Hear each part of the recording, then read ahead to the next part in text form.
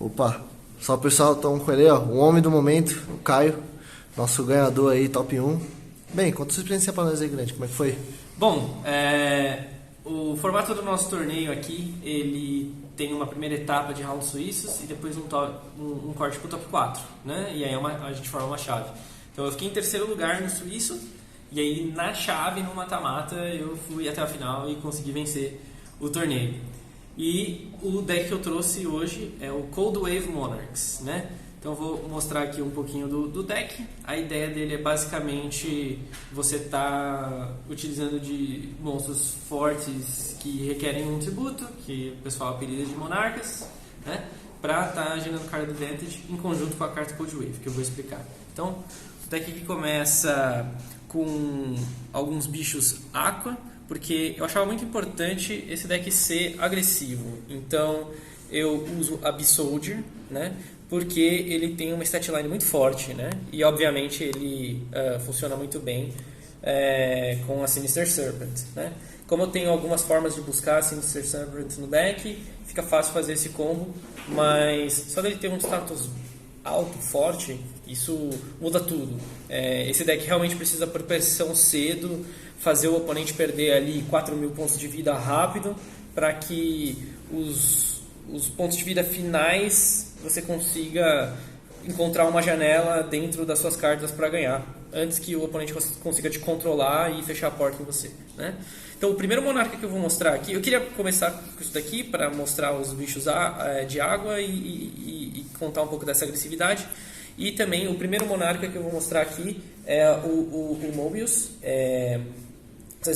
Ele requer um custo de tributo, né, para ser invocado, e quando ele entra em jogo você pode destruir 2 traps ou spells que o oponente controla. Então se você consegue fazer com que ele não dechain nenhuma em resposta, você tem um +1 aí imediatamente, gera card advantage, né? E ele também é Aqua, então ele pode ser descartado pro Abyss Soldier se você precisar, né?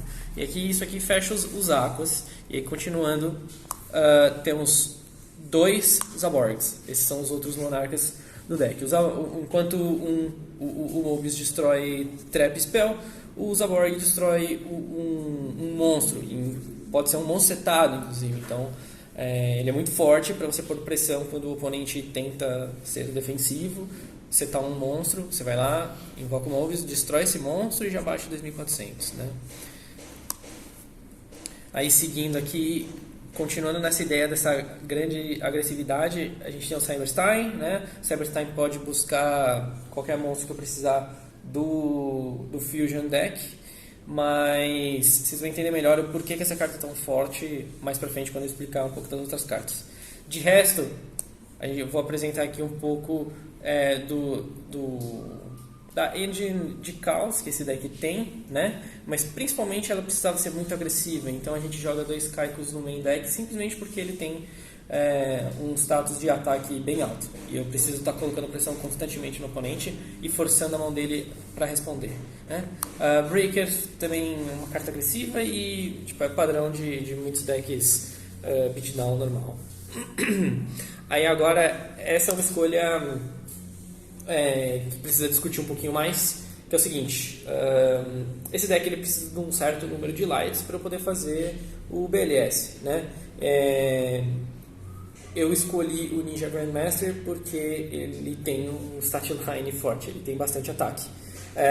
Outras possíveis escolhas que eu testei foi Reflect Bounder, que foi a escolha que o LFA fez, que é um outro jogador muito proeminente desse deck, que já teve muito sucesso internacionalmente com esse deck, né? Ele já usou Reflect Bounder, mas ele também não tem certeza se essa é a melhor escolha, então eu acabei usando Ninja Grandmaster, porque se eu caio contra Chaos Turbo, já está aqui uma carta que é bem forte no main deck contra o Chaos Turbo, e também o fato dele ser Warrior é importante, vocês vão entender mais tarde, mas é um slot que dá para mudar, você pode escolher qualquer outro light que se encaixa melhor no seu estilo de jogo, né?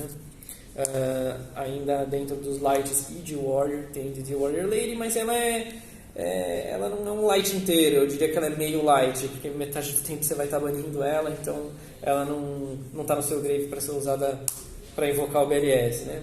Depois a gente tem 3 Gravekeeper Spies, obviamente a carta é forte defensivamente, mas Lembrando que a gente está num deck de monarca, um deck que vai precisar de tributo, né? Então, conseguir setar ela ser atacada, você tancar o ataque e trazer uma outra e aí usar ela para ser tributada para fazer um monarca é muito forte. Essa carta faz toda a diferença. Eu tentei usar outras linhas de floaters para esse deck, mas essa aqui é a que funciona melhor no meta atual, com certeza. Tem um decoite só para também completar o suite de darks, ter um número X de darks decente, e também porque ela é versátil, pode ser usada de forma agressiva e defensiva. E aí, duas Magicians of Faith também, é uma escolha que eu fiz de última hora. Eu usava uma só para também ter a opção e ter um light a mais, mas eu sentia que faltava mais light, cara. Então eu encaixei mais uma Magician of Faith. Isso deixa o deck bem menos agressivo do que eu gostaria, porém deixa o BLS mais consistente, né? Aí Sangan, porque tem que ter, né? Num deck desse estilo, principalmente se eu consigo invocar o Sangan, tributar ele para fazer um monarca e ainda busco o Sangan. É muito forte. BLS, né? Para completar então a engine aqui de caos. E muito forte com Cold Wave, vocês vão entender também mais tarde. E o último monstro aqui que eu vou mostrar para vocês é o Morphing Jar, né? Morphing Jar muito bom para dar lubrificação pro deck, e também com o Cold Wave, que agora a gente entra nas mágicas, eu já falar delas. Em combinação com o Cold Wave, essa carta é muito forte, porque você pode prever essa linha alguns turnos antes, né? Setar boa parte da sua mão num turno. No próximo turno você abre com Cold Wave e aí seta o Morphing Jar. Passando o turno, seu oponente provavelmente não vai ter tantas opções para lidar com o Morphing Jar, já que mesmo se ele tiver um Noble of Crossout ele não pode ativar, graças ao Cold Wave. Aí flipa o Morphing Jar, ele descarta a mão, compra 5, você descarta a mão e compra 5, porém a ideia é que você já tenha setado seus spells e traps um turno antes. Então, e ele não vai poder ter setado nada nesse turno graças ao Cold Wave, então você gera cards de advantage dessa forma. Pra quem não sabe, eu não expliquei isso, né? Mas o Cold Wave é uma carta que o efeito dela você precisa jogar ela no início da sua main phase. Ela precisa ser a primeira coisa que você faz no turno, basicamente. E a partir do momento que ela resolve, nem você, nem seu oponente podem ativar, nem setar cartas mágicas e armadilhas até o final, até o início do seu próximo turno, né? Então, às vezes essa carta ela meio que não faz nada, mas se você consegue criar um deck em volta dela, basicamente, é fácil abusar desse efeito. Ela tem matches onde ela é muito forte por si só também. Então, se você joga contra um deck que tem muita mágica, muita armadilha, só de você jogar Cold Wave e passar, não precisa ter feito nenhum combo. Às vezes o oponente perde um turno inteiro, porque ele dependia de jogar as mágicas e armadilhas dele para desenvolver o jogo dele, né? O Cold Wave ele é muito importante, né? E é isso que dá nome ao deck, o Cold Wave Monarchs. Ele é importante com os monarcas, né? Porque tem um custo de oportunidade muito grande para fazer um monarca. Você tem que sacrificar um bicho, e aí você faz ele. E aí se o oponente vai lá e dá um Solemn, se o oponente vai lá e dá um Ring of Destruction, seja o que for, você perdeu o bicho que você sacrificou, você perdeu o seu monarca, e ele às vezes perdeu uma carta só, né? Então o Cold Wave ele garante que o oponente não vai responder nada no turno que você vai fazer o monarca. Então se ele tem duas cartas setadas, você vai lá e dá o Cold Wave, e ou ele tem que dar Chain e às vezes usar ela de forma subóptima. Às vezes ele nem tem como dar Chain, ele não tem alvo, ele não tem como usar a carta. E aí depois de resolver o Cold Wave você vai lá e usa o Mobius e destrói os dois back rolls dele. E aí você gera muita pressão dessa forma, né? Então o Cold Wave é o principal combo aí com os monarcas. E seguindo então para o resto das cartas mágicas, a gente tem um Brain Control no main deck, porque aí eu posso roubar um bicho do oponente, sacrificar ele e fazer um monarca. E aí eu já, de novo, tenho aí uma vantagem grande. Enterro Precoce também é usado principalmente para esse fim. Eu trago um bicho qualquer do meu cemitério só para eu no mesmo turno já sacrificar ele e fazer um monarca, né? A maior parte do tempo é assim que ele é usado. Book of Moon só porque a carta é bem versátil, né? Pode salvar um bicho meu, pode ser usado de forma agressiva para eu manter pressão no oponente, né? Tipo, se ele faz um bicho que tem um status de ataque muito grande, eu vou lá, dou Book of Moon nele, só para poder invocar o meu próprio bicho que tem um status de ataque forte e passar por cima do dele, né? Então é praticamente um removal nessas situações, além de poder salvar o meu bicho. Então é bem versátil. Aí seguindo aqui temos a Tríade, que é padrão aí de todos os decks, né? As próximas cartas mágicas são bem padrão mesmo. Temos a Tríade então, Heavy Storm, Sned Steel, 2 Noblemen of Crossout e Mystical Space Typhoon, né? Um padrão aí de atrito normal. Aí para as traps, começando com Call of the Haunted, que também é a que tem mais serventia para o tema do deck, meio que a mesma coisa do Premature Burial. Eu pego uma criatura qualquer do meu cemitério só para poder sacrificar e fazer um monarca, né? A maior parte do tempo é dessa forma que a gente usa. Torrential Tribute, Ring of Destruction, padrão, Mirror Force, tudo padrão para um jogo de atrito normal, e aí 2 Trap Dust Shoots. Aí a ideia do Trap Dust Shoot é a seguinte, eu acho essa carta muito forte em decks de agro, tá, no main, porém eu não diria que esse deck ele é 100% agro all-in, como você encontra no Warriors, como você encontra no Earth agro, né? Então por que usar ela no main deck? Tem uma grande razão, que é deixa eu achar a carta aqui, o Morphing Jar. Porque um combo muito forte que dá pra você fazer também é simplesmente setar o Morphing Jar e o Trap Dust Shoot, né? O problema do Trap Dust Shoot é quando ela só pode ser ativada quando o oponente tem 4 cartas ou mais na mão. Então quando ele não tem 4 cartas ou mais na mão e joga em volta disso, ela é uma carta morta. Então o Morphing Jar soluciona esse problema. Você seta o Morphing Jar, seta o Trap Dust Shoot. Às vezes você está com 2 Dust Shoots na mão, com eles presos.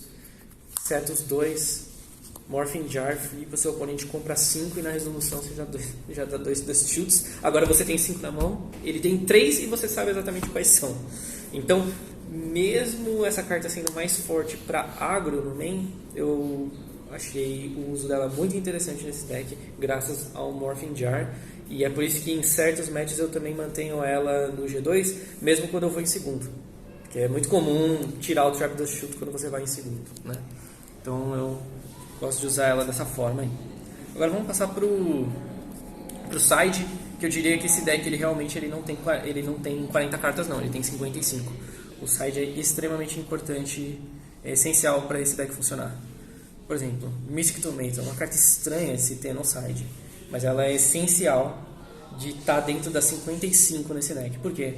Ela é um ótimo tutor, ela é um ótimo floater para você estar sacrificando para fazer os monarcas.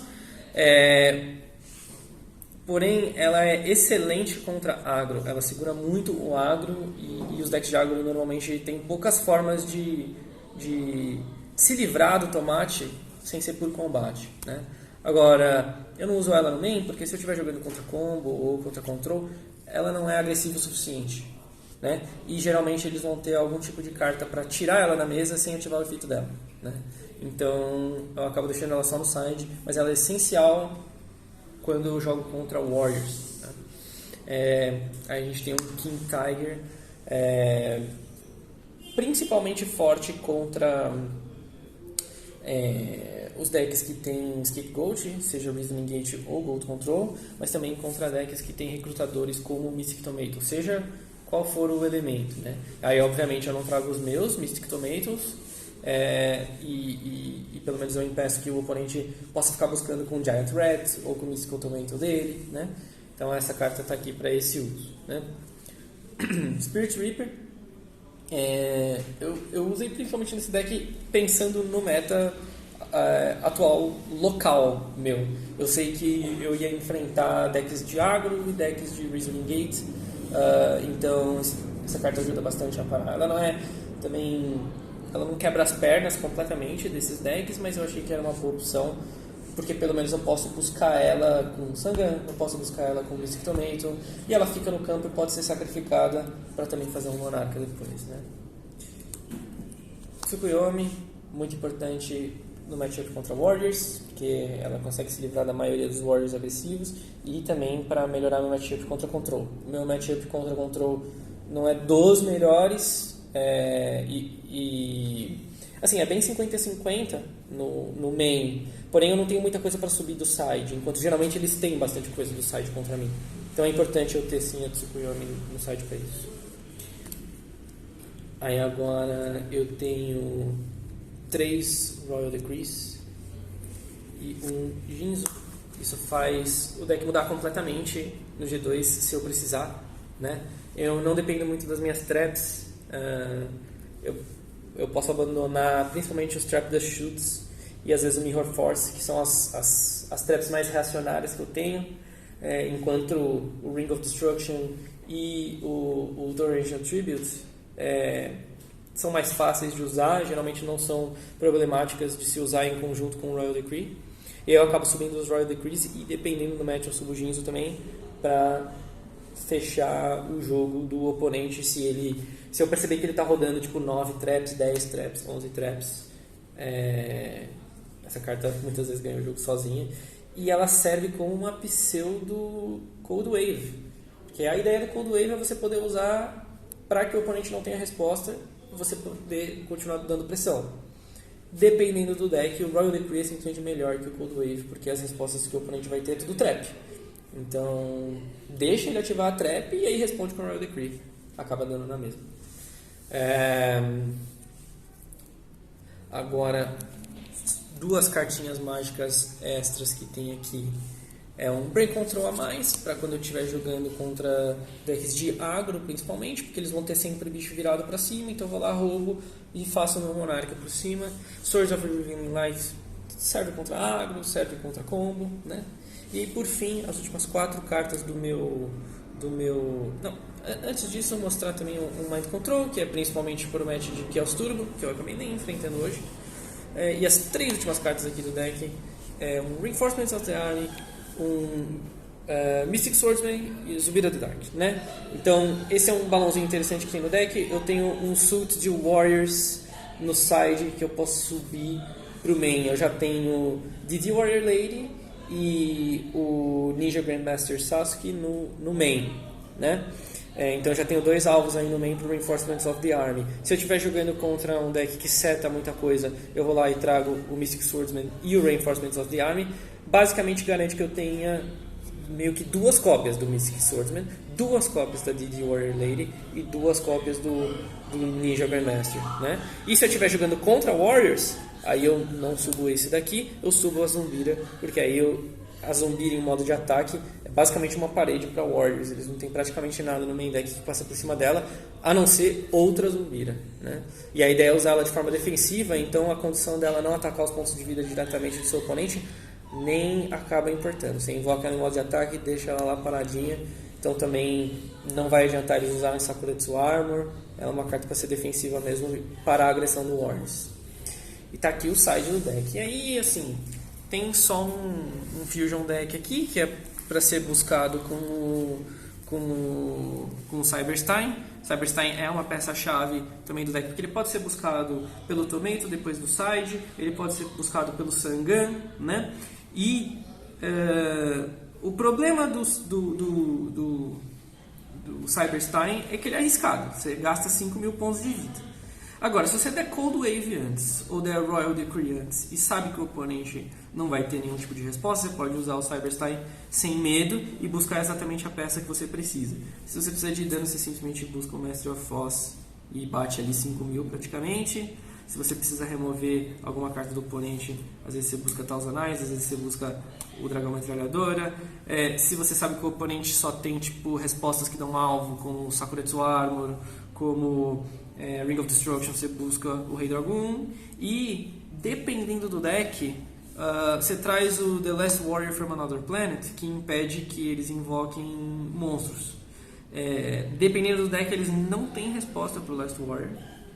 as únicas respostas deles seria invocar monstro, tipo, o único jeito dele desenvolver o jogo dele é invocar monstro. Então se você sabe que esse é o plano de jogo do oponente, às vezes só de buscar o Last Warrior ganha o jogo pra você. Ele não tem mais resposta, não pode mais invocar bicho, e você ganha com esse cara aqui. E é isso, basicamente é esse o deck. Galera, muito obrigado aí pela presença de vocês no torneio, foi muito bacana. Nos próximos meses a gente vai estar fazendo os decks mensais, os torneios mensalmente, né, da Gold Super Series. E é isso, até a próxima. É nóis.